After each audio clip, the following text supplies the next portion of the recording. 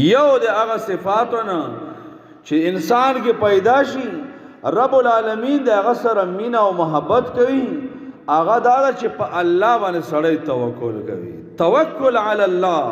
په الله باندې توکل کول الله باندې ځان سپارل دا یو ډیر اهم سبب ده د الله د مینې د الله د محبت حاصلولو لپاره چې کله ته د وکار کلکه اراده وکې نو فتوکل علی الله توکل به بیا په الله باندې وي ګوره توکل به په چا باندې کوي فتوکل علی الله توکل به په الله باندې وي ځکه ان الله یحب المتوکلین څوک چې په الله توکل کوي په الله باندې ځان سپاري الله د داسې خلکو سره محبت کوي الله یې سره مینه کوي نو توکل یو ډیر اهم صفت ده د الله دی مینه او د محبت حاصلولو لپاره توکل د هغه معنی څه ده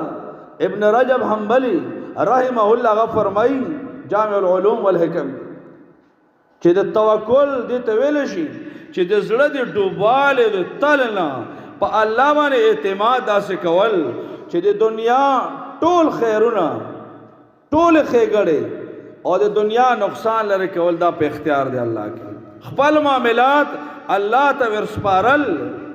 او دا یقین کول چې د الله نه علاوه نه څوک فائدہ ورسول شي او نه نقصان الله باندې داسې کو دي توکل ویل شي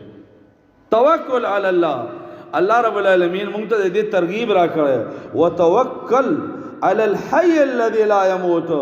په هغه ذات باندې توکل کوئ چې هغه باندې مرګ ناراضي هغه مرګ نه لري همیشه نه ژوندی ده داسې ذات باندې توکل کوو او توکل د هغې ډېرې فایدې دي او په هر صورت د مونږ لویه مسله لوی غم هغه د مونږ د معاش او د رزق غم وي چې مونږ دا خو چې مونږ به څه خورو مونږ ته به رزق څنګه میلاوي د بچو ته به څنګه میلاوي دا به څه کو دا به زګو لویه مسله نبی صلی الله علیه وسلم دا بیان کړی نور توکل کو ډېر فائدہ خو رسول الله فرمایي لو انکم تتوکلون علی الله که تاسو په الله توکل وکړئ لکه څنګه به الله د توکل حق دا حق توکله یو خدای چې زه په کلی باندې یو توکل نه په الله باندې حق توکل وکړو نو رسول الله صلی الله علیه وسلم فرمایي لا رزقکم الله به تاسو ته رزق ډیر کی کما یرزق الطیر لکه د مارغانو ته الله څنګه رزق ورکوي تغدو حماسا وتروح بطانا سحر چې جارو نه راوځي تش جوجوري وي ماخام چې واپس کیږي نو ډکه جوجوري وي ار یو مارغه چې دا چې ته تش جوجوره نه روان بلکې د مړی کې پورا خوراک دا سره سٹاک سره جمع ډکه جوجوري کور ته واپس وګوره توکل دا معنا نه ده چې مونږ به مزدوري نه کوو نه دا ګوره توکل غلطه معنا چا اخیستې ده چې بس دې کور کې به ناسو په الله متوکل رزق به راځي نه مرغان ګوره جاله پرېږدي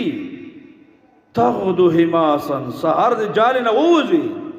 نو ماښام چې بیا راځي وتروح بطانا د توکل دا معنا اخیستل چې مونږ به مزدوري نه کوو مونږ به تجارت نه کوو مونږ به نوکری نه کوو دا معنا غلط ورونو توکل دا معنا ده چې اسباب ټول استعمال کا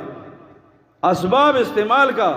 او باور او اعتماد په الله باندې وکړه ته توکل دا معنا نه ده چې مونږ بیمار شو مونږ به ډاکټر ته ونځو طبيب ته حکیم ته ونځو دا معنا د توکل نه ده نه دوايي استعمال کا او باور په الله باندې وساده چې الله وغواړي نو ماته الله شفا راکړي او چې الله ونه غواړي نو د زړه ډاکټر یو د زړه په مرض باندې اخته وي ته نه مړ شي ځکه الله نه غواړي په ټولو اسرارو په رموزو او په کمزوروي باندې ټولو باندې پوه ده او رب العالمین چې وغواړي نو څه کوي مکې ته به خلک باز راتلو د حج لپاره او هغوی به ځان سره خرچه نه راوړله او څه به وي چې مونږ متوکلین یو مونږ توکل والا یو او بیا به چې مکې ته راغلو بیا به د حج دوران کې د خلکو نه سوالونه کولو غوښتې به کوي الله رب العالمین وفرمایي وتزودوا نا توکل دا نه ده چې ته خالی جیب روان شه وتزودوا ځان سره توخه اخلا سفر باندې ځې ځان سره توخه او خرچه اخلا دا د توکل نه خلاف نه ده نو توکل دا یو ډیر لوی او اعلی صفت ده چې دې سره ورونو د الله رب العالمین محبت نصیب کیږي او دا څه دومره مشکل هم نه ده چېرې انسان د وس نه بار ده سړی توکل نشي کولی لا د الله نه چې مونږ غواړو الله نه طلب کوو انشاءالله الله اسانوي الله رب العالمین دا ما او تاسو کې کامل او صحیح توکل پیدا کړي